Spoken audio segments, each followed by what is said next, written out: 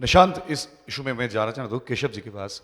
Sir, Hindutva issue है या नहीं अलग बात है, लेकिन यहाँ पे बंगाल में हम देख रहे हैं कि आप स्टेट सेक्रेटरी वो कह रहे हैं कि गाय के दूध में सोना मिलता है, ऐसा कहते हैं। तो ये काय के दूध में सोना है, तो आपको क्या लगता है ये क्या इशू में क्या यहाँ पे जो बंगाल के जो वोटर्स हैं, आपको क्या नहीं लगता ये डाइवर्ट होते हैं? आज नोट कर लिए TV9 के मंच पर बैठ करके मैं आज बोल रहा हूँ, आज से 100 दिन बाद दीदी ममता बनर्जी जी भी जय श्री राम बोलेंगी। याद रखिएगा, मैं आपको बता रहा हूँ। इसलिए बोलेंगी, यह ऐसा शब्द नहीं है जिसमें से, यह ऐसा मंत्र नहीं है, ऐसा उद्घोष नहीं है जिसका विरोध किया जाना चाहिए। वह इसके विरोध में इसलिए है कि वो किसी वोट के लालच में है, घुसपैठियों के वोट के लालच में है। जिस तुष्टीकरण की घटिया राजनीति के कारण पश्चिम बंगाल विकास के पथ से पूरी तरह से बाहर चला गया, उसके कारण से आज यह देश के अंदर कहीं पर भी, हम तो भारतीय जनता पार्टी के कार्यकर्ता हैं, कहीं पर भी जाते हैं, उत्तर प्रदेश देश का सबसे बड़ा प्रदेश है, हमारे किसी भी प्रदेश के अंदर किसी भी सभा के किसी भी कार्यक्रम में आप भारत माता की जय, वंदे मातरम, जय श्री राम, ये तो उद्घोष होता ही होता है। अलग बात है सर, इसमें क्या है, आप दिलीप घोष ने जो कहा है मैं वही पूछा हूँ। हाँ। कुछ दिन पहले हमने देखा देबोलीना दत्त, यहाँ पे जो एक्ट्रेस है, उन्होंने कुछ सोशल मीडिया में पोस्ट किया था कि वो गाय का मांस जो भी है वो किसी को भेजना चाहते हैं बना के, तो उसमें थ्रेट दे दिया, FIR का थ्रेट दे दिया।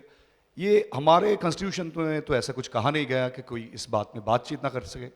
देखिए, अभी आपने जय श्री राम की बात कही, नहीं, जय श्री राम प्रश्न जय में श्री नहीं राम की था। बात कही, जय श्री राम के मामले में मैं स्पष्ट तौर से कहा कि 100 दिन बाद ममता बनर्जी जी, देखिएगा इसी पश्चिम बंगाल में यह पूज्य भूमि है, और इस भूमि पर जय श्री राम के उद्घोष का विरोध करना, मैं समझता हूं कि पश्चिम बंगाल की जनता की नाराजगी उन्होंने अपने आप मोल ली है। और आप यहाँ सब पश्चिम बंगाल के लोग बैठे हैं, मैं आपके माध्यम से, इस मंच के माध्यम से पूछना चाहता हूँ, क्या दीदी ममता बनर्जी जी ये बताएं, ये सवाल है उनसे कि 2021 में जब चुनाव आ गए तो स्वामी विवेकानंद जी उनको याद आ गए। हम तो बचपन से हमें मालूम ही नहीं कि हम कब से स्वामी विवेकानंद जी की जयंती होती है, कब से हमें हिंदू होने पे गर्व है, ये हम कह रहे हैं, कब से हम स्वामी विवेकानंद जी की जयंती मना रहे हैं, यह भी हमें याद करना पड़ेगा। नेताजी सुभाष चंद्र लेकिन बोस। केशव जी देखिए, इसमें एक चीज है, अब आपने क्योंकि स्वामी विवेकानंद का जिक्र किया है, तो क्या आपको ऐसा नहीं लगता है कि जो अभी के हालात हैं, और मैं आप दोनों से ये सवाल इसीलिए मैं पूछा हूँ, ये दोनों से सवाल है मेरा, अभी के जो हालात हैं, एक तो हिंदू राष्ट्रवाद वर्सेस बांग्ला राष्ट्रवाद, उसमें क्या हो रहा है कि एक इसमें ऐसी लड़ाई हो रही है कि नेताओं के ऊपर ऐसी होड़ लग गई है पॉलिटिकल पार्टीज पे कि वो नेताओं को लेकर कॉपीराइट ले रहे हैं। नेताजी के ऊपर आपने बहुत बड़ा यहां पर अभी एक बहुत बड़ा फंक्शन किया, लेकिन ममता दीदी ने चिट्ठी लिख दी प्रधानमंत्री को, उन्होंने कहा कि देश भर में छुट्टी होनी चाहिए उनके जन्म दिवस पर। स्वामी विवेकानंद का आपने जिक्र किया, मैं आपसे ये जानना चाहता हूं, क्योंकि आपने जिक्र किया है, मैं आपसे ये जानना चाहता हूं कि क्या नेताओं को लेकर भी कॉपीराइट की लड़ाई चल रही है? बंगाल के जो पुराने नेता हैं, या नेता नहीं बल्कि बंगाल के जो आइकन्स हैं उनको लेकर भी? नेता कोई महापुरुष ना किसी दल के होते हैं ना किसी राज्य के होते हैं। अब अगर स्वामी विवेकानंद जी को अगर वह पश्चिम बंगाल के कहेंगे, तो कल को डॉक्टर श्यामा प्रसाद मुखर्जी जी को भी कहेंगे कि वो पश्चिम बंगाल के थे, और डॉक्टर श्यामा प्रसाद मुखर्जी जी यहाँ से जम्मू कश्मीर जाते हैं और वहाँ एक उद्घोष देते हैं कि एक देश में 2 निशान, 2 विधान, 2 प्रधान नहीं चलेंगे। और आप देखें, भारतीय जनता पार्टी जब बहुमत में आई, धारा 370 धराशायी हो गई। स्वामी विवेकानंद जी आज पश्चिम बंगाल में जितना आदर सम्मान पूजा होती है, जितना उनके बताए हुए रास्ते पर चलने का प्रयास होता है, पूरा देश चलता है, बल्कि दुनिया का अधिकांश हिस्सा चलता है। नेताजी सुभाष चंद्र बोस जी की 23 जनवरी की जयंती का कार्यक्रम, आप जाइए देश के किसी प्रदेश में जाइए, देश के किसी जिले में जाइए। सर, इसमें एक पॉइंट ऐड करना चाहते हैं सर, अगर आप सुभाष सुनेंगे चंद्र तो बोस जी, 12 जनवरी हाँ। इस साल जो हुआ विवेकानंद के जन्मदिन पर, आप कह रहे हैं कि ठीक है, सही बात है, आप जो पूछते हैं नेताजी को, विवेकानंद को, लेकिन आप लोग के कार्यकर्ता जो हैं इस साल 12 जनवरी को विवेकानंद की छवि के ऊपर दीनदयाल उपाध्याय वो श्यामा प्रसाद मुखर्जी का छवि चढ़ा दिया, नीचे पद जो हमारे लोटस है वो रख दिए। तो ये क्या नमन की चीज है? मुझे इस बात की जो आप मुझसे चर्चा कर रहे हैं इसकी जानकारी, बंगाल की बारे में बोल रहे हैं, मुझे जानकारी नहीं है इस बात की, लेकिन स्वामी विवेकानंद जी, डॉक्टर श्यामा प्रसाद मुखर्जी जी, नेताजी सुभाष चंद्र बोस जी, गुरु रविन्द्रनाथ टैगोर जी, मतलब जितने भी महापुरुषों की तो श्रृंखला है पश्चिम बंगाल। एक चीज नाम मैं- लेते चले जाएंगे तो केशव जी उनके आपने साथ ये बात जुड़ाव- की है हाँ। नरोत्तम जी, क्योंकि कुणाल ने ये सवाल पूछा है, वो दरअसल तस्वीर श्यामा प्रसाद मुखर्जी के अलावा कुछ और लोगों की लगी हुई थी उस पर, और ममता जी ने उसको मुद्दा बना लिया। जिस तरीके से लोकसभा चुनाव में आखिरी दौर में किसी की प्रतिमा टूट गई तो उसको एक मुद्दा बनाया गया था। मैं आपसे ये जानना चाहता हूं कि क्या हिंदुत्व और ये बंगाल का कल्चर और इन सब के मुद्दे जो उठाए जा रहे हैं, इसमें जो जो मूल मुद्दे हैं वो खोते नहीं जा रहे हैं? आपको नहीं लग रहा है ऐसा कि वो गायब हो रहे हैं? जय श्री राम उन्होंने वो इशू बना लिया, वो चुप करके बैठी रही, वो जस्टिफाई कर रही है मेरा अपमान किया गया, लेकिन पूरे कार्यक्रम में चुप करके बैठी रही। उसके बाद बात की जा रही है सीए एनआरसी की, जो मूल मुद्दे हैं वो गायब होते जा रहे हैं। मुद्दे गायब कौन कर रहा है? आप इस पे जाइए ना। जय श्री राम के बताइए। मुद्दे को मुद्दा किसने बनाया? इनको ममता दीदी या एक ऐसी झालर है फूके बल्ब की पूरे देश के अंदर, जिसमें देश को सम्मान मिलता है, वो हर चीज पे इन्हें दिक्कत है। अगर हमारी सेना पाकिस्तान में सर्जिकल स्ट्राइक करती है तो ये सेना पे सवाल उठा देते हैं। हम 370 लाते हैं तो ये कश्मीर पे सवाल उठाते हैं। चुनाव हार जाए तो ये ईवीएम पे सवाल उठाते हैं। अगर राम मंदिर बनाए तो तारीख पे सवाल उठाते हैं। और वैक्सीन आ जाए कोरोना की तो ये वैज्ञानिकों पे सवाल उठाते हैं। हर जगह देखो ना आप, अकेले बंगाल से मत जोड़ो। हम कोई भी विषय चुनाव को लेकर नहीं आते। 370 लाए तब कौन सा चुनाव था? राम मंदिर लाए तब कौन सा चुनाव था? सीए लाए तब कौन? ये हमारे घोषणा पत्र में हम जो कहते मैं हैं आपसे वो- बहुत डायरेक्ट सवाल पूछ रहा हूं, क्या ममता बनर्जी ने जो सॉफ्ट हिंदुत्व की जो एक वोट बैंक है, सॉफ्ट हिंदुत्व की जो अप्रोच है, उस पे उन्होंने टारगेट करना शुरू नहीं कर दिया है? क्या उसकी ओर नहीं बढ़ गई है वो बढ़ेंगी ही, यही तो कह रहे हैं अभी हमारे डिप्टी सीएम के, जय श्री राम पे आएंगी। अब पछता है काय होता है लेकिन कि क्योंकि चिड़िया आप- चुंग गई खेत।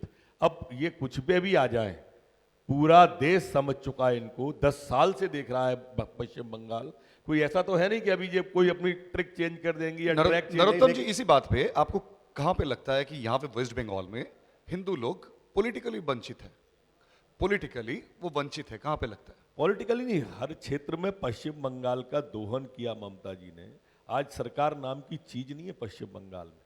या माफिया का राज, या कोल माफिया है, या बालू माफिया, या दारू माफिया, या भू माफिया। पूरे देश में लव जिहाद की बात करते हैं, यहाँ लैंड जिहाद है। यहाँ पर मंत्री इनके और विधायक इनके किसान की जमीन खरीद लेते हैं, लैंड यूज चेंज कराते हैं, उसको आवासीय और कॉमर्शियल करा के बेच रहे हैं। किसान को यहाँ पर सबसे ज्यादा बुरी हालत, जैसा अभी केशव जी ने कहा कि केंद्र से कोई योजना लागू नहीं कर रहे। 5-5 लाख रुपया आयुष्मान योजना का था, गरीब को नहीं मिल रहा।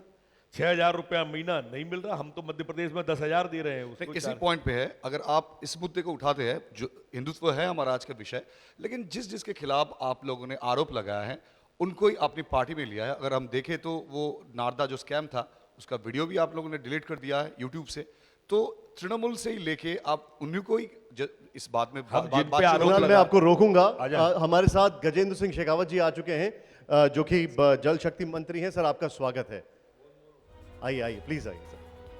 गजेंद्र जी, आपके आने से पहले हम लोगों ने हिंदुत्व के मुद्दे पर काफी बातचीत की यहाँ पर, और आप आए हैं तो आपसे सबसे पहला सवाल मेरा ये है कि अगर बात की जाए बंगाल में हिंदुत्व के मुद्दे को लेकर, तो क्या आपको ऐसा नहीं लगता है कि अब ममता बनर्जी आपसे हर चीज में एक कदम आगे निकल रही हैं? जैसे मिसाल के तौर पर उन्होंने अभी करीब 1.5 साल पहले ये कहा कि जो हिंदू शरणार्थी हैं, उन्होंने ये आश्वासन देते हुए कहा कि आपको ये प्रूफ करने की जरूरत ही नहीं है कि आप यहाँ के नागरिक हैं।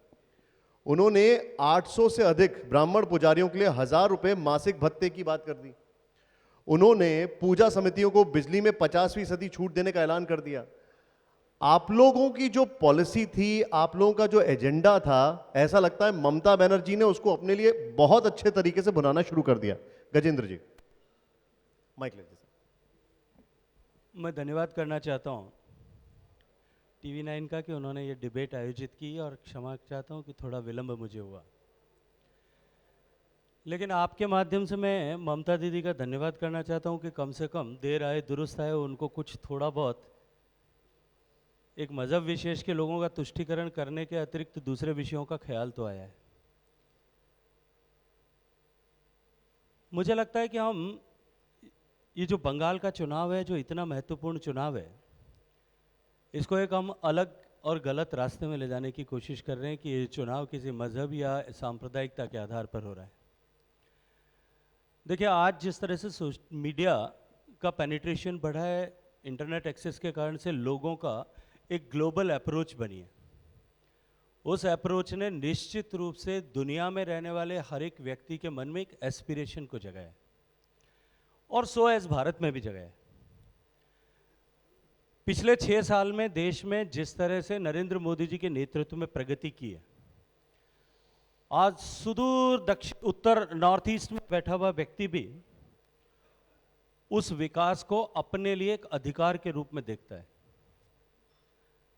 सो एज बंगाल का आदमी भी देखता है, और जब वो तुलना करता है बंगाल का निवासी जब देश के अन्य हिस्सों के लोगों से में हो रहे विकास से तुलना करता है, जब बंगाल का युवा अपने लिए जो रोजगार के साधन उपलब्ध हैं और देश के अन्य हिस्सों में, चाहे वो गुजरात में होंगे, चाहे राजस्थान में होंगे, मध्य प्रदेश में होंगे, उत्तर प्रदेश की बदली हुई परिस्थितियों के उत्तर प्रदेश में होंगे, उन सब को जब वो देखता है तब उसको ये महसूस होता है कि बंगाल पिछड़ा है और क्यों पिछड़ा है।